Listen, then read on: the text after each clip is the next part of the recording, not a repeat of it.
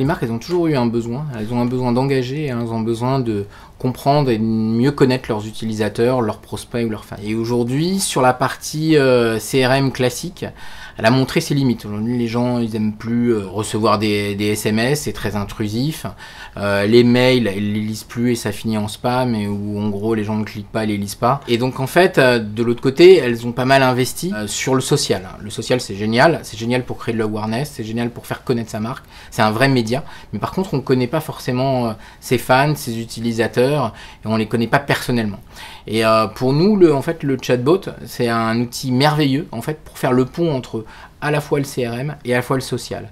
Pourquoi ? Parce qu'avec le conversationnel, on va pouvoir rentrer en conversation, on va pouvoir poser des questions, on va pouvoir apprendre des utilisateurs, et cette fois, on va pouvoir créer un vrai contrat de confiance.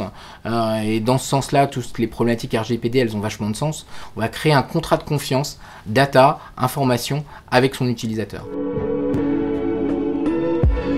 Alors on est vraiment au début de la courbe d'adoption en fait des chatbots. Il y a des chatbots médias comme Fresher ou Jam qui ont des fortes croissances, qui permettent d'évangéliser sur ce marché et de bien comprendre ce à quoi ça sert. Donc ça c'est le point de vue grand public.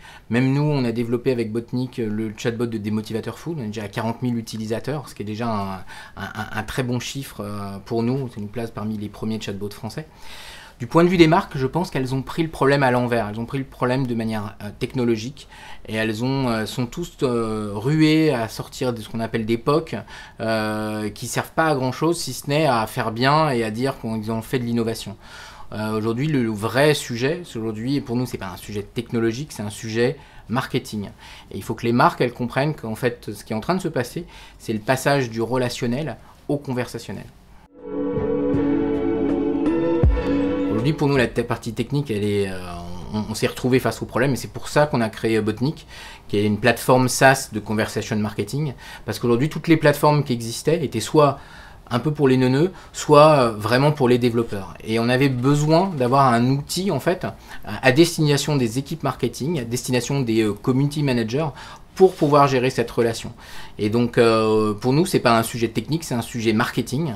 Et donc on a créé cette plateforme qui va faciliter en fait pour les marques le process de création en fait d'un chatbot. Notre back office, c'est un peu comme un WordPress.